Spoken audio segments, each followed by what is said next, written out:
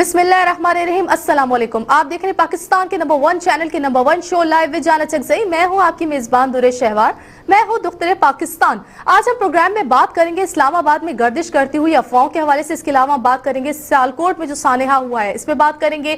गवादर में समंदर के दरमियान जो इंसानों का समंदर जो देखने आया है, इस पे बात करेंगे। इसके अलावा हम बात करेंगे टीटीपी और गवर्नमेंट के दरमियान जो थोड़ी बहुत अफवाहें जो सुनने में आ रही, इस पे बात करेंगे कि इसमें किस हद तक सदाकत है। इस पे बात करने के लिए हमारे साथ मौजूद है, किसी तारुफ के मोहताज नहीं है, मारूफ सियासी तज्जियाकार जान चकजई साहब। अस्सलाम वालेकुम सर। जी वालेकुम सलाम दुरेश, और नाजरीन को भी मेरा सलाम पहुंचे। वालेकुम अस्सलाम सर। सबसे पहले मैं यहाँ से स्टार्ट करूंगी कि इस्लामाबाद में क्या अफवाहें सरगर्म है खान साहब की हुकूमत को लेके। देखिए, आप यकीनन उन सियासी अफवाहों की तरफ आपका इशारा है जो इस वक्त पाकिस्तान में सरगर्म है। इस वक्त बिलखसूस इस्लामाबाद में उनकी के बारे में लोग जो है वो जानना चाहेंगे। बहुत सी बातें हो रही हैं। पहली दफ़ा हमें नज़र आ रहा है कि बिलखसूस सियासी जमातें चाहती हैं कि किसी भी एहतजाजी तहरीक के बगैर इस हुकूमत को चलता करें।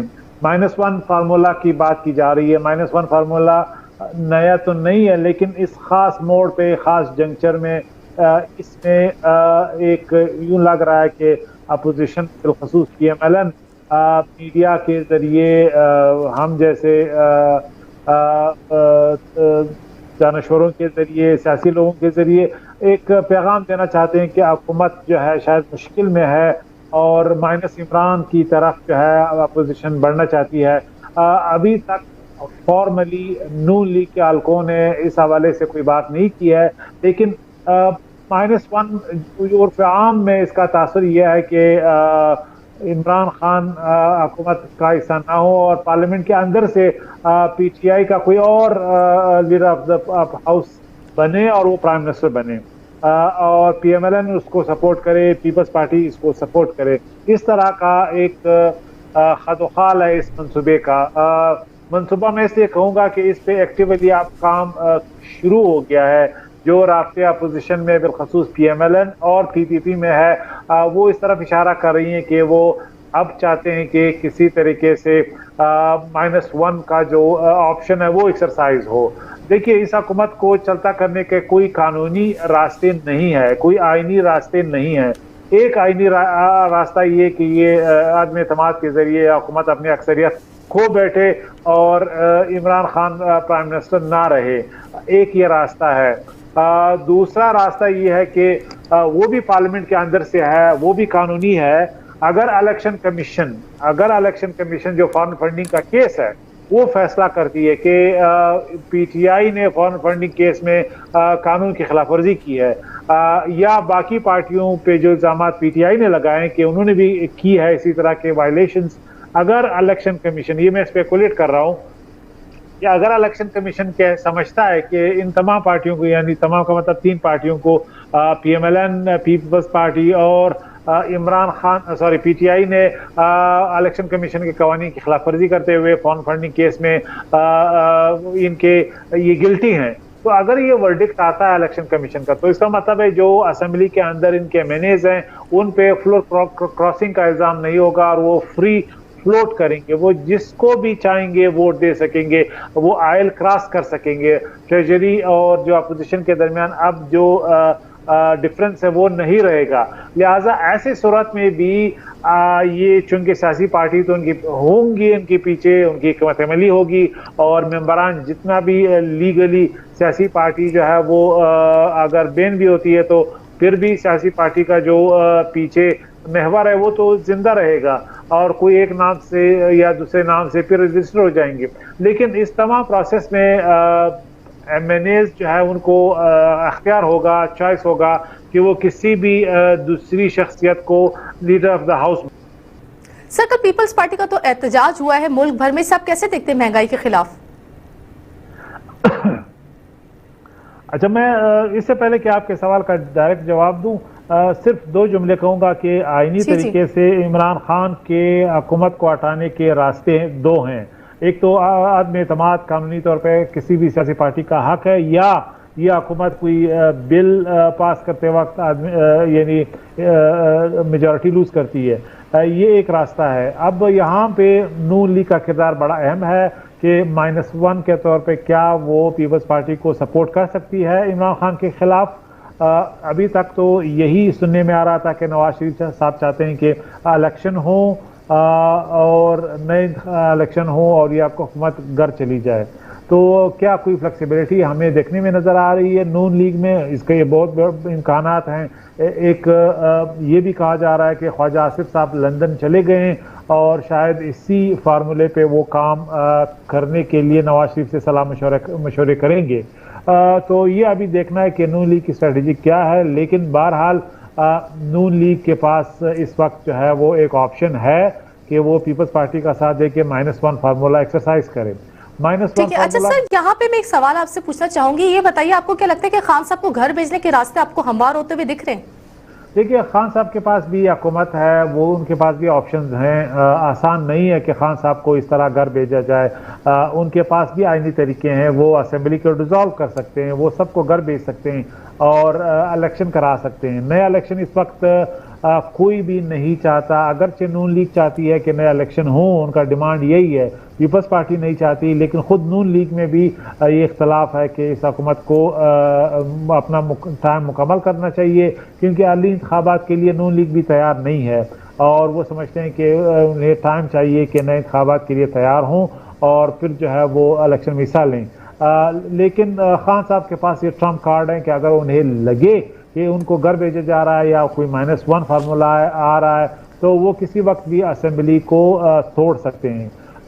जब तक आप प्रेसिडेंट बैठे हुए हैं आरिफ अलवी साहब, तो इमरान खान साहब के पास ये कार्ड है। दूसरा तरीका ये है कि अपोजिशन स्ट्रीट पावर एक्सरसाइज करे। पाकिस्तान में अभी तक स्ट्रीट पावर के जरिए किसी हुकूमत को चलता नहीं किया गया है। माजी करीब में हमने धरने देखे हैं, हत्ता कि इमरान खान साहब के 124 दिन के धरनों ने भी उस वक्त की हुकूमत को घर नहीं भेजा और नवाज शरीफ साहब को पनामा के जरिए यानी इस्तीफा देना पड़ा। तो ये आसान नहीं है कि धरनों के जरिए हुकूमत को चलता किया जाए। दो कानूनी रास्ते एक इलेक्शन कमीशन के पास है, अगर वो तमाम पार्टियों को बैन करते हैं तो फिर फ्लोर क्रॉसिंग नहीं होगी और ये MNA जो है उनको हक होगा कि वो इलेक्शन यानी नए लीडर ऑफ द हाउस के लिए वोट डालें। दूसरा तरीका यह है कि -1 फार्मूला आ जाए। लेकिन इमरान खान दूसरी तरफ बैठे हुए हैं, उनके पास भी ऑप्शंस हैं और बहुत से कार्ड हैं जो हमें नहीं मालूम, क्योंकि वो पीपल्स पार्टी और नून लीग भी एक ऐसी पोजीशन में है कि उन्हें आपस में इतिहाद भी वारा नहीं खाता, क्योंकि वो अपोनेंट भी हैं। वो नहीं चाहते हैं कि वो अपने खंदे को दूसरे सियासी पार्टी के इक़्तिदार के लिए जीने के तौर पर इस्तेमाल होने दे। तो ये भी डर है पीपल्स पार्टी को, और नून लीग भी नहीं चाहेगी कि बेनिफिशियरी पीपल्स पार्टी हो उनकी सियासी जद्दोजहद का। तो उनमें भी आदम एतमाद यानी आपस में एतमाद नहीं है, ट्रस्ट लेवल नहीं है, ट्रस्ट डेफिसिट है।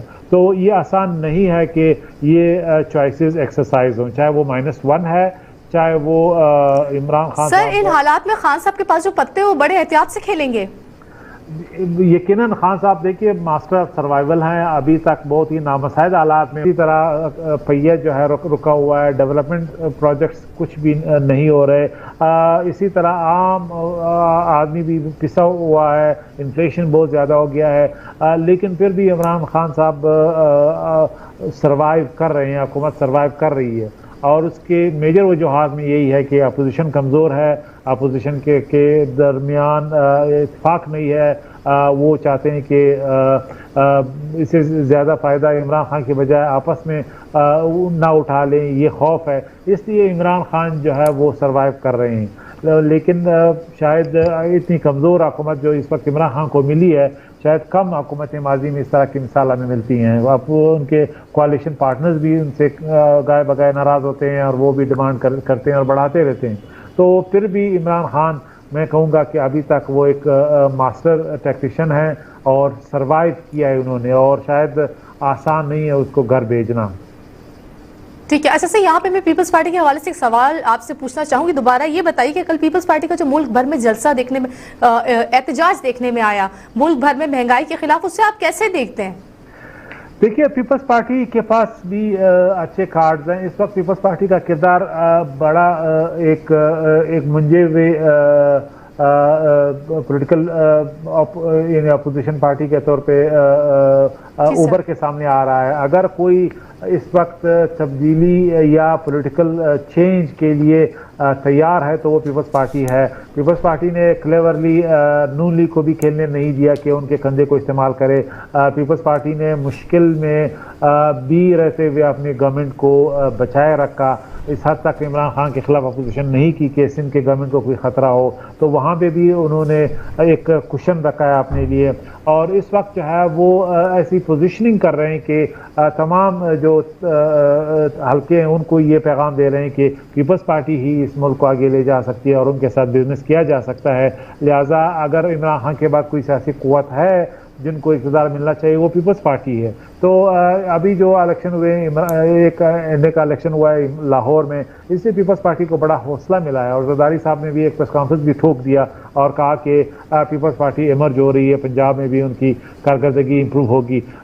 उसके मुख्तलिफ वजूहात है कि पीपल्स पार्टी ने बहुत अच्छी कारकर्दगी दिखाई है, लेकिन बहरहाल उससे पीपल्स पार्टी का इमेज बूस्ट हुआ है। और बाजुल नज़र में ये आ रहा है कि अगर वो बिलावल भुट्टो पंजाब पे फोकस करें तो पंजाब में, बिलखसूस साउथ पंजाब में उन्हें तैयार घोड़े इलेक्टेबल्स यानी उनको ज्वाइन करने के लिए तैयार हैं। बिलखसूस जहांगीर तरीन ग्रुप की इस वक्त इमरान खान से सख्त नाला है और वो चाहेंगे कि पीपल्स पार्टी के साथ मिल के कोई स्ट्रेटजी बनाएं। और वे बहुत से दूसरे इलेक्टेबल्स भी हैं जो सर जी इस वक्त जो पीटीआई के अंदर जो दरारें देखने में आ रही हैं, आप क्या समझते हैं कि ऑपोजिशन के लिए फायदेमंद हो सकती हैं? ये इंटरेस्टिंग बात है। पीपल्स पार्टी पीटीआई में इस वक्त इख्तलाफ बिल्कुल नज़र आ रहा है। एक तो अभी आपने देखा चौधरी गुलाम सरवर साहब गवर्नर पंजाब लंदन के दौरे पे उन्होंने आईएमएफ पे सख्त तनकीद की। आईएमएफ पे तनकीद का मतलब पीटीआई पे उन्होंने तनकीद की कि हमने सब कुछ आईएमएफ को लिखवा दिया है, फिर भी हमें जो है वो लोन नहीं मिल रहा। तो दबे अल्फाज में उन्होंने अपनी पार्टी के माशी पॉलिसी से डिस्टेंस किया और आईएमएफ के साथ मुज़ाकरात से डिस्टेंस किया। यानी शौकत तरीन साहब पे भी ये एक किस्म का चार्जशीट था कि उन्होंने अपने मुज़ाकरात में सब कुछ लिखवा के भी डील सिक्योर नहीं किया आईएमएफ के साथ। तो इससे पीटीआई के अंदर इख्तलाफ नज़र आता है। एक और इख्तलाफ भी हमें देखने में मिला। इस वक्त जहांगीर तरीन का ग्रुप तो बिल्कुल अलग बैठा हुआ है। और ख़ुद अभी देखने में यूँ होगा कि फैसल वाडा साहब जो इस वक्त एक मुश्किल इलेक्शन कमीशन की एक कानूनी केस का सामना कर रहे हैं, उसके बारे में भी ये कहा जा रहा है कि शायद वो सेनेट की सीट खो दें। इसी तरह खुद परवेज़ खटक साहब जो दिफा के वज़ीर हैं उन्होंने सियालकोट के वाक़े से भी एक बयान दिया जो पीटीआई के हल्कों ने भी उस पर शदीद तनकीद की। तो बयानिए के अतबार से भी पीटीआई में इख्तलाफ है, सियासी स्ट्रेटजी के अतबार से भी इख्तलाफ है और गवर्नेंस की हुकूमती पॉलिसी के हवाले से जो इशूज़ हैं उन पे भी अंदर पीटीआई में इख्तलाफ है। अब एक डिवाइडेड पीटीआई, एक डिवाइडेड हाउस हुकूमत में भी और पार्टी में भी आगे किस तरह चलेगी, सियासी हुकूमत किस तरह उनका यानी अपोजिशन का मुकाबला करेगी, ये हमें चंद दिनों में इसका हमें पता चल जाएगा। जी सर। अच्छा सर, अब बात करेंगे गवादर में जो है गवादर में समंदर के साथ इंसानों का जो समंदर देखने में आया, क्या वजूहात हैं? देखिए गवादर, वाकई गवादर में जो एहतजाज है वो बड़ा सीरियस हो गया है। हुकूमत वहाँ पे उनके चंद मुतालबे हैं, वो बिज़नेस ईरान के साथ जो इस वक्त हो रही है उसमें उनको एक्सेस चाहिए। इसी तरह जो चेक पोस्ट है वहाँ पे वो कह रहे हैं कि हमें बाइज़्ज़त तरीके से ट्रीट नहीं किया जा सकता। तीसरा उनका डिमांड यही है कि गवादर जो साहिल है उसमें तकरीबन 14 नॉटिकल माइल्स में जो बड़े ट्रॉलर्स हैं वो फिशिंग करते हैं, जिससे उनकी रोज़गार लाइवलीहुड पे बहुत असर पड़ा है। लिहाजा उनको रेगुलेट किया जाए या उनको बंद किया जाए। ये 3-4 बड़े डिमांड्स हैं जो हुकूमत ने तो ज़ाहिरन प्रॉमिस किए हुए हैं, लेकिन हुकूमत बिलखुसूस जो अभी नई गवर्नमेंट है वो यानी एक इनकॉम्पिटेंट गवर्नमेंट है। ये उन्होंने इसको बढ़ने दिया इस मसले को। वज़ीर आला नया जब आए तो चाहिए था कि फ़ौरन इंटरवेंशन करते और उस मसले का हल ढूंढते, लेकिन वो उन्होंने अपने वज़रा को भेज के इस मसले को भी लिटल किया। इसी तरह वहाँ पे जो बाकी जो नेशनलिस्ट थे, जो बलोच नेशनलिस्ट थे, उन्होंने भी इस एहतजाज का फ़ायदा उठाया। उन्होंने भी जमात इस्लामी के इस एहतजाज को ज्वाइन किया। ये भी एक फैक्ट है कि सूबाई हुकूमत हो या मरकज़ी हुकूमत, गवादर के हवाले से फैसलों में मकामी स्टेक होल्डर्स का कोई किरदार नहीं है। बलूचिस्तान के लोगों को ऐसे भी गिला रहता है कि मरकज़ ने उन्हें नज़रअंदाज किया है। सर, लेकिन आपको नहीं लग रहा कि मौलाना फजल रहमान साहब जो हैं वो जलती पे तेल का आग छिड़क रहे हैं? नहीं, ये मैं JUI की बात नहीं कर रहा, मैं जमात इस्लामी की बात कर रहा हूँ, सिराजुल हक साहब की। सिराजुल हक साहब को लग रहा है कि इस वक्त बलूचिस्तान में जमात इस्लामी गवादर के धरने के ज़रिए उनका एक मीडिया में एक किरदार बन रहा है और अवामी इश्यूज़ को वो उठाने के लिए सरगर्म अमल है। तो उनको ये लग रहा है कि इससे सियासी फ़ायदा उठाए, तो यकीनन उनको मेजर यानी फ़ायदा तो है। लेकिन इम्पॉर्टेंट ये है कि सियासी हुकूमतों ने, चाहे मरकज़ में है या सूबे में है, वो संजीदगी नहीं दिखाई कि इस मसले का कोई हल निकाला जाए। जब ये चीज़ बहुत गंभीर हो जाता है तो फिर वो दौरे करते हैं और लोगों को बेचते हैं। लेकिन बहरहाल ट्रस्ट का फुकदान है। गवादर में जो कुछ हो रहा है वो ट्रांसपेरेंट नहीं है। हत्ता कि हम जैसे लोगों को जो जिनको नज़र होती है, कभी भी गवादर का हमें कोई विज़िट भी नहीं करवाया गया कि वहाँ पे क्या मामला चल रहे हैं, किस तरीके से चीज़ें यानी फैसले होते हैं। वहाँ पे बहुत से लोग हैं जो यहाँ पे मरकज़ में बैठ के, कराची में बैठ के वहाँ पे लोकल इकोनॉमी का फैसला करते हैं, बर्तों का फैसला करते हैं। तो एक पूरा रैकेट यानी माफिया जो है वो हमें देखने में नज़र आ रहा है। प्रॉपर्टीज़ का भी इसी तरह इश्यूज़ है। प्रॉपर्टी में भी कोई जो रियल स्टेट का बिजनेस है जिसमें जिस तरीके से माफिया ने हाथ डाला है वो भी लोकल लोगों के लिए कंसर्न है। बाकी पानी की सूरत हाल तो बहुत ही अबतर है और मैं हैरान हूँ कि पानी का मसला वहाँ पे हल क्यों नहीं हो रहा। इंटरनेशनल इतनी कंपनियां हैं जो पानी के मसले को हल सर, यहाँ पे मैं एक बात और ऐड करना चाहूंगी सर, आपसे पूछना चाहूंगी, जिस तरह के माजी में भी देखा गया है कि PTI अपने वादों के हवाले से जो है काफी कमजोर नजर आई है, तो इसमें आप क्या समझते हैं अभी जिस तरह से तहरीक जो है अभी ये स्टार्ट हुई है तो ये कहाँ जाएगी, कहाँ तक जाएगी, और अगर इनके मुतालबात नहीं माने गए तो इनके आगे का लाया अमल क्या होगा? मगर इसका जवाब हासिल करने से पहले अभी जो है प्रोग्राम में वक्त हुआ एक ब्रेक का। सो ब्रेक के बाद इंशाल्लाह मैं इसका जवाब प्रोग्राम में शामिल करूंगी। कहीं जाइएगा नहीं, देखते रहिए स्टार न्यूज। जी viewers, welcome back from the break. Break पे जाने से पहले मैंने एक सवाल किया था कि जिस तरह से माजी में भी देखने में आया कि PTI अपने वादों से जो है काफ़ी दफ़ा वादा खिलाफी करती रही है, इन मामलात में भी उन्होंने वादा खिलाफी की, तो ये अब तहरीक आप कहाँ तक देख रहे हैं सर कि कहाँ तक जाएगी? देखिए, मजमूई तौर पर बलूचिस्तान के हवाले से जो नैरेटिव की जंग है वो हुकूमत हार चुकी है। बयानिया हुकूमत का कोई नहीं है। मरकज़ सूबे को जिम्मेदार ठहराता है बलूचिस्तान की सूरत हाल का और सूबा मरकज़ को ठहराता है।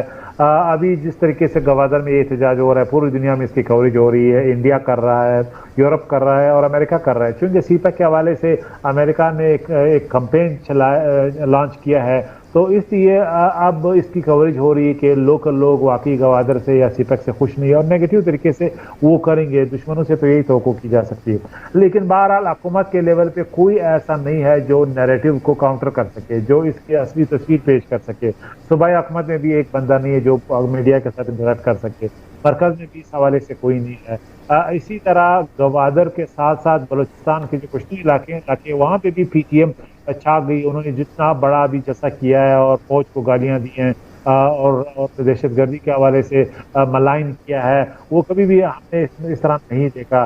जो गवर्नर साहब है वो भी पश्तून है, जो डिप्टी स्पीकर है वो भी पश्तून है, उनका भी कोई बयानिया नहीं है, ना इसके हवाले से कोई काउंटर किया है। ये समझ नहीं आ रहा कि सूबाई और मरकज़ी हुकूमतें इतनी इनकॉम्पिटेंट हैं कि बलूचिस्तान में जो नैरेटिव इस वक्त पूरे दुनिया में CPEC के खिलाफ बन गया है, चाइना के हवाले से कोई काउंटर किया जा सके। माजी में मुस्लिम लीग नून को हम कितना क्रिटिसाइज करते हैं, लेकिन हसन इकबाल साहब मुसलसल CPEC पे बोलते।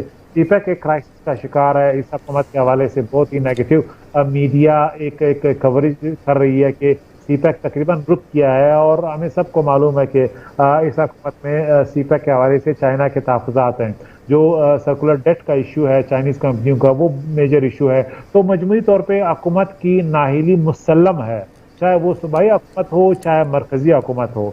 और अभी तक मुझे ये नज़र नहीं आ रहा कि वो किस तरीके से इन खदशात को दूर करेंगे, चाहे वो गवादर के लोकल लोगों का है, चाहे वो बयानिए की जंग है जो हम हार चुके हैं, चाहे सीपैक के दूसरे प्रोजेक्ट्स के हवाले से जो नेगेटिव प्रोपेगेंडा किया जा रहा है, और इसी तरह बलूचिस्तान के जो हकीकी स्टेक होल्डर्स हैं उनके किरदार के हवाले से ये हुकूमतें बिल्कुल स्ट्रगल कर रही है। और इसका सारा बोझ जो है वो खमियाजा फौज को भुगतना पड़ रहा है। इस वक्त बलूचिस्तान में इंसर्जेंसी की सूरत हाल भी मखदूश है।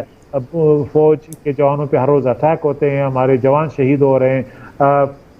जो इंसर्जेंट्स हैं वो जो है इस वक्त सिक्योरिटी फोर्सेस पे हर दूसरे तीसरे दिन हमलावर हैं। इसी तरह बाकी जो ग्रुप्स हैं, तो हुकूमत मैं हैरान हूँ कि रेस्क्यू करने के लिए क्यों नहीं आती। इन चीज़ों के हवाले से इंटरनेशनल मीडिया हर रोज़ कवरेज दे रही है, लेकिन लोकल मीडिया पे कोई काउंटर नैरेटिव इसका हमारी हुकूमतें नहीं दे रही, ना उनके वज़रा दे रहे हैं। और अभी तक हमें फील हो रहा है कि इस हवाले से इनकम्पिटेंसी है, लेक ऑफ विजन है, और कोई ऐसा मुझे स्ट्रेटजी नज़र नहीं आ रही है कि क्यों कर इस तरह हुकूमतें कर रही हैं। ठीक है, अच्छा सर, अब बात करेंगे पिछले दिनों सियालकोट में जो एक लर्जा खेज वाकया देखने में आया। एक श्रीलंकन शहरी जो कि हमारे इस्लामी जमहूरिया पाकिस्तान में रोजी रोटी कमाने आया था, उसे कुछ नाम नेहाद आशिकाने रसूल ने ये कह के ना सिर्फ उस पर तशद्दुद किया कि उसने जो है आप सल्लल्लाहु अलैहि वसल्लम की शान में गुस्ताखी की, बल्कि तशद्दुद के साथ साथ उसमें जब कुछ सांसें बाकी थी उसको बरहाना जो है सियालकोट की सड़कों पे ना सिर्फ घसीटा, उसको जिंदा जलाया।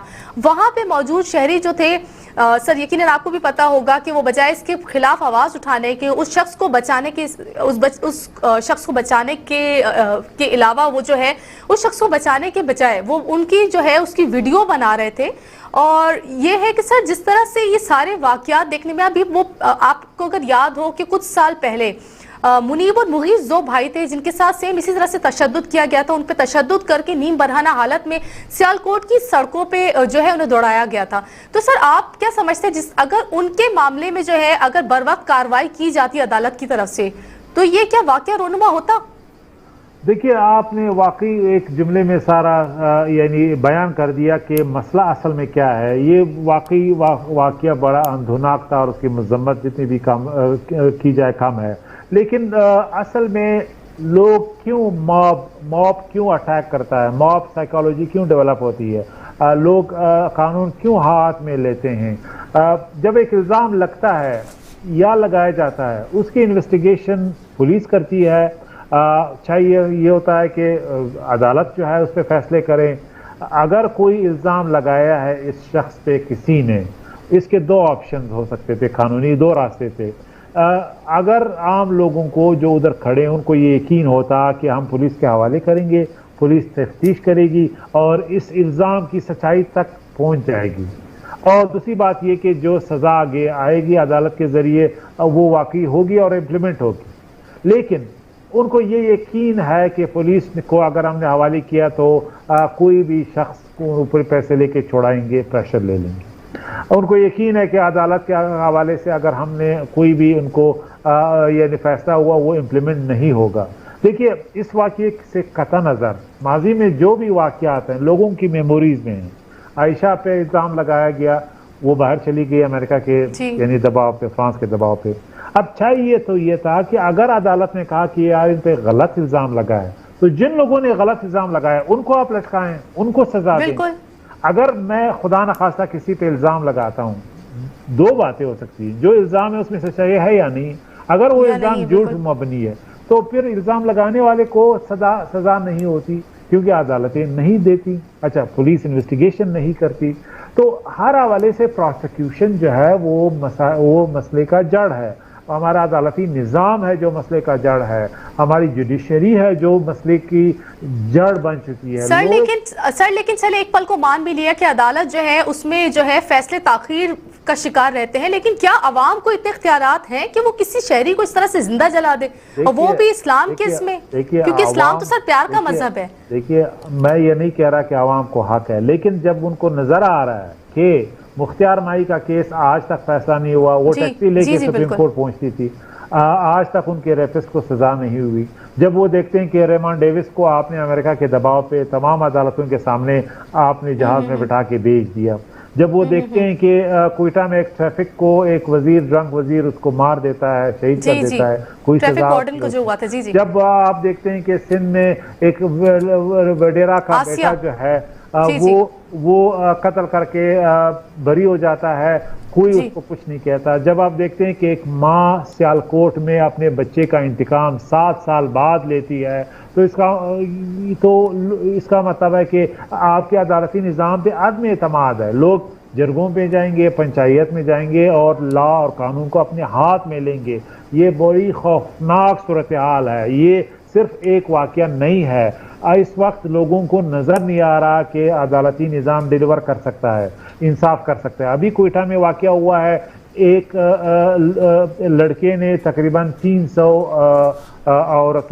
लड़कियों की असमत दरी की है, उनकी वीडियोस बनाए, उनको ब्लैकमेल किया है। अच्छा, जो लोकल लोग हैं वो कहते हैं कि आप उनको अदालत के हवाले ना करो, आप उनको लटकाओ, आप उनको खुद मारो। सर लेकिन आप नहीं समझते सर, यहाँ पे मैं एक बात ऐड करना चाहूंगी, आप नहीं समझते बजाय इन मामलात को जिस तरह से लोगों ने अपने हाथों में लिया, उन लोगों के जो है मामलात अपने हाथों में ले, जो बच्चों के साथ गलत करते हैं, जो बच्चों को कत्ल करते हैं, बच्चों का रेप करते हैं।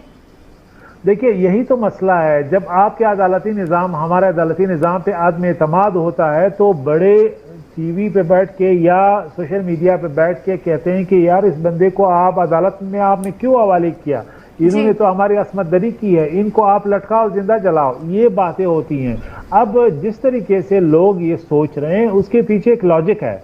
अब लोग क्यों आर्मी चीफ को खत लिखते हैं कि हमें इंसाफ दिलाओ, लोग क्यों आर्मी को कहते हैं कि जी हमें इस वाक़े में इंसाफ दिलाओ। कराची में राव अनवर का केस हमारे सामने है, बिल्कुल नकीबुल्लाह महसूद, जो एक बच्चा सर अभी एक बच्चा पिछले दिनों अरसलान नाम का जो शहीद किया है 2 पुलिस एहलकार ने। अच्छा, जो पीटीएम ने उठाया था कराची में, जो पुलिस के हाथों, राव अनवर के हाथों एक लड़का शहीद हो गया था। ये सारे वाकयात लोगों की मेमोरी का हिस्सा हैं और ये कलेक्टिव मेमोरी बनती है। ये हम सब के लिए एक अलमिया है। हम इस वाकये को सिर्फ कंडेम करके, इसको ब्रश असाइड करके, कारपेट के नीचे डाल के हम अपनी जिम्मेदारी से बरी ज़ुम्मान नहीं हो सकते। इस वक्त लोगों के पास कोई उम्मीद नहीं है जस्टिस का, उम्मीद नहीं है इंसाफ का। वो समझते हैं कि हमारे अदालती निज़ाम कोलैप्स कर चुका है। वो समझते हैं कि पुलिस इन्वेस्टिगेशन नहीं करेगी, एफआईआर नहीं करेगी। एफआईआर के लिए भी आपको पैसे देने पड़ते हैं। हमारा जो क्रिमिनल जस्टिस निज़ाम है ये बैठ चुका है। ये वकीलों की जो फौज है ये लोगों की मसाइल का हल नहीं है। ये इस हालत तक लोग पहुंच चुके हैं। मैं इस बात पे हैरान हूं कि ये हम हर हुकूमत में रिफॉर्म्स की बात करते हैं, लेकिन हर हुकूमत आती है वो इस हवाले से कुछ नहीं करती। और देखिए, मैं इस बात पे भी हैरान हूं कि कोई इदारा बिलखसूस जो हमारे जज साहिबान हैं, बहुत मोहतरम हैं, मैं बहुत एहतराम से कहूँगा कि इस वक्त जो 50,000 के करीब केसेस पेंडिंग है, उस हवाले से कम कोई हुकूमत पे दबाव आए या जुडिशरी पे दबाव आए कि मसला क्या है, क्यों इतने केसेस पेंडिंग है। लोग फिर वाकई पंचायत और जरगे की तरफ जाएंगे। सर ये बात है, लेकिन सर आप क्या समझते हैं अगली और पुलिस का निज़ाम इतना जो है बोसीदा क्यों है? देखिए, हमने अंग्रेज़ों से एक निज़ाम इनहेरिट किया, अंग्रेज़ों ने अपने इसी निज़ाम को रिफॉर्म किया और बेहतरीन जस्टिस सिस्टम बनाया। हमने उसी को, जो कॉलोनियल निज़ाम था जस्टिस का, उसको कंटिन्यू किया, लेकिन उसमें रिफॉर्म नहीं किए, जिसके नतीजे में ये करप्ट बन गया है। और आम लोगों की ज़िंदगी, देखिए, डिस्प्यूट रिजोल्यूशन एक मैकेनिज़्म होता है हर सोसाइटी में, कबायली सोसाइटी में भी होता है, जागीरदारी सोसाइटी में भी होता है, जंगल में भी होता है। जहाँ पे इंसान रहते हैं, जिस निज़ाम के नीचे रहते हैं, वहाँ पे डिस्प्यूट को, मसाइल को हल करने के लिए एक मैकेनिज़्म होता है। आपने मॉडर्न स्टेट के नाम मॉडर्न स्टेट बनाया, उसमें एक जदीद एंग्लो सैक्सन यानी ब्रिटिश सिस्टम लाए हम उसमें, लेकिन उसको हम रिफॉर्म नहीं कर सके, अपने हालात के मुताबिक नहीं डाल सके। हमने जो पुराना फाटा था वहाँ भी जरगा निज़ाम को ख़त्म किया, लेकिन हमने अदालतों को एक्सटेंड किया, लेकिन वही अदालतें जो शहरों में काम नहीं कर रही। अब मुझे बताएं कि इस पूरे कराची में, अब भी पिंडी, इस्लामाबाद में, शहरों में लोग जरगों के जरिए क्यों फैसले करते हैं? लोग अपने मसाइल जरगों में क्यों ले जाते हैं? क्योंकि वो क्विक है। अच्छा सर, वो फैसले हो भी जल्दी जाते हैं और बिल्कुल जेन्युइन होते हैं, जल्दी हो जाते हैं और वो बड़े एफिशिएंट है और एक्सिक्यूट भी होते हैं, एफिशिएंट होते हैं। एग्जैक्टली। अगर कारोबारी दुनिया में 10,000 झगड़े दिन को होते हैं, लेकिन लोग जरगों में बैठ के उसको हल करते हैं इसी अदालती निज़ाम के नोज के नीचे। बाकी जो क्रिमिनल केसेस हैं देखिए वो चलते रहते हैं। अभी अकाउंटेबिलिटी का ये निज़ाम देखिए, सालों साल से मुकदमात, 20-20 साल से लोग रुल रहे हैं, लेकिन फैसले नहीं होते। अगर फैसले होते हैं इम्प्लीमेंट नहीं होते। अब देखिए सियालकोट का वाकया हमारे लिए लम्हा फिक्रिया है। सियालकोट का वाकया जियो पोलिटिकल है बिल्कुल, और श्रीलंका के ताल्लुकात हमारे जो है वो सैक्रोसेंट है, उनके साथ ताल्लुकात हमारे। सर लेकिन कुछ जराए से ये बात भी पता चल रही है कि वो शख्स जब उस पर तशद्दुद किया जा रहा था, उसको जलाया जा रहा था, तो वो कह रहा था कि मैं कलमा पढ़ के मुसलमान होने को तैयार हूँ। देखिए मसला तो ये सिर्फ एक वाकया नहीं है माइक्रो लेवल पे कि वो क्या कह रहा था, मैक्रो लेवल पे की बात है, बड़े पिक्चर की बात है। ये लोग जब कानून हाथ में लेते हैं, मैं इसको जस्टिफाई नहीं कर रहा, लोग चोरों को भी जिंदा जला देते हैं। ये पाकिस्तान में हुआ है, हो रहा है। अभी जो फैसलाबाद में वाकया हुआ, 3 खवातीन एक दुकान में दाखिल हो गई चोरी की नियत से, बिल्कुल रिएक्शन आया, बुरा हुआ, बहुत बुरा हुआ। लेकिन मैं ये कहने की कोशिश कर रहा हूँ, हम जब कोई भी बुरा वाकया होता है, कभी भी आपके ज़हन में आया कि आप पुलिस को कॉल करें, पुलिस को हैंड ओवर करें? नहीं, आप मालूम है उन्होंने उनको छोड़ दिया है। ये एक बिलीफ सिस्टम है, एक परसेप्शन बन गया है। इसी तरह जब हम डिस्प्यूट में होते हैं तो हम क्यों जो है सिविल मसाइल कोर्ट नहीं ले जाते हैं? हमें मालूम है कि आप एक स्टे के पीछे 8 साल एक मसला जो है लटका रहेगा, चाहे वो एक जमीन का है, चाहे वो कोई और मसला है। तो इसलिए ये सिस्टम बिल्कुल दकियानुसी है, ये कोलैप्स कर चुका है। लोग इससे बढ़ के भी इल्ज़ामात की बुनियाद पे कानून अपने हाथ में लेंगे। सिर्फ ये ब्लास्फेमी लॉ नहीं है, आम चोरी की बुनियाद पे भी लोग इसी तरह करते रहेंगे। जो वाक़यात मैंने आपको गिनवाए ये बड़े खौफनाक हैं। इसमें जिनके पास पैसा है, जिनके पास पावर है, जहाँ पे प्रेशर है, लोग जो है आज़ादी से इस निज़ाम को जो है पाँव तले रौंद के आगे बढ़ते हैं और निज़ाम को ख़रीद लेते हैं। लिहाजा हमें देखना है कि जो इल्ज़ाम लगाने वाला है उसको भी सज़ा होती है, नहीं होती, जो जिस पे इल्ज़ाम है उसकी भी फेयर इन्वेस्टिगेशन होती है, नहीं होती। लिहाजा लोगों को ये यकीन है कि अपने हाथ में कानून लेके ही वो इंसाफ कर सकते हैं। जो खौफनाक है, अफसोसनाक है, नहीं होना चाहिए, काबिल मज़म्मत है, लेकिन हमें अपने सोल सर्चिंग भी करनी चाहिए कि हम इसको क्यों कर ये इस तरह चीज़ें हमारे सामने। एक तल्ख हकीकत है जो मैं बयान कर रहा हूँ, बहुत से लोग जो है वो मुझ पे तनकीद करेंगे, लेकिन हमें वाइडर डिबेट को देखना है। सिर्फ हमें आइडियोलॉजिकल टर्म्स में नहीं देखना कि मजहबी लोग मजहब के नाम पे जो है वो ये कानून अपने हाथ में लेते हैं। हमें सिर्फ ये देखना है कि हम क्यों कर उन इल्ज़ामात को प्रॉब नहीं कर सकते जो लगाए जाते हैं। सर इस वाक़े से आप क्या समझते हैं पाकिस्तान और श्रीलंका के जो ताल्लुकात हैं मुतासिर हुए होंगे या होंगे? देखिए यकीनन ये एक ऐसा वाक़या था जो कई एतबार से नहीं होना चाहिए था और ये एक रिलेशन में एक स्ट्रेन आया है। लेकिन बहरहाल श्रीलंका और पाकिस्तान की दोनों ममालिक की जो बायलैटरल तारीख है वो बड़ी लंबी है। तकरीबन 30-35 साल से दोनों ममालिक के बहुत क्लोज रिलेशंस हैं और माजी में भी दोनों ममालिक के दोस्ताना ताल्लुकात की वजह से लीडरशिप पॉलिटिकल लेवल पे भी और मिलिट्री टू मिलिट्री और सीधा पीपल्स टू पीपल्स कांटेक्ट भी बहुत अच्छे रहे हैं। अब देखना ये कि जो इसकी लॉ है उसकी अब्यूज़ को हम किस तरह रोकेंगे और इसी तरह जो झूठे या सच्चे दोनों अशकाल में अगर इल्ज़ाम लगाए जाते हैं उनको हम कानूनी तौर पे किस तरह इन्वेस्टिगेट करते हैं और हम इसको किस तरह अदालतों में इसको यानी लाते हैं ताकि ये मॉब जस्टिस जो है वो डिस्करेज हो। देखिए पाकिस्तान में सिर्फ मॉब जस्टिस नहीं होता, बाकी दुनिया में भी होता है। अफ्रीका के बहुत से ममालिक की मैं मिसाल दे रहा हूँ, उसमें एक रीज़न यही है कि जब पुलिस और अदालतों पे लोगों का एतमाद नहीं होता, नहीं रहता, तो फिर जो है लोग कानून को अपने हाथ में लेते हैं। इसलिए मॉब साइकोलॉजी या एक्स्ट्रा जुडिशियल किलिंग्स पाकिस्तान में होती रहेंगी। बिल्कुल ठीक कहा सर आपने। ये है कि इसके लिए हमारे निज़ाम दुरुस्त होना बहुत ज़रूरी है। बहुत शुक्रिया, हमारे साथ मौजूद थे जान अचकज़ई साहब। प्रोग्राम व्यूअर्स, आप लोगों को कैसा लगा इस हवाले से मैं अपनी राय से ज़रूर आगाह कीजिएगा कि प्रोग्राम को हम मज़ीद कैसे बेहतर बना सकते हैं। दुरेश शहवार और टीम को दीजिए इजाज़त और साथ साथ जान अचकज़ई साहब को भी दीजिए इजाज़त। और प्रोग्राम में कल दोबारा आपसे मुलाकात होगी। स्टार न्यूज़ पर अपना बहुत ख्याल रखिएगा। अल्लाह ने के बाद।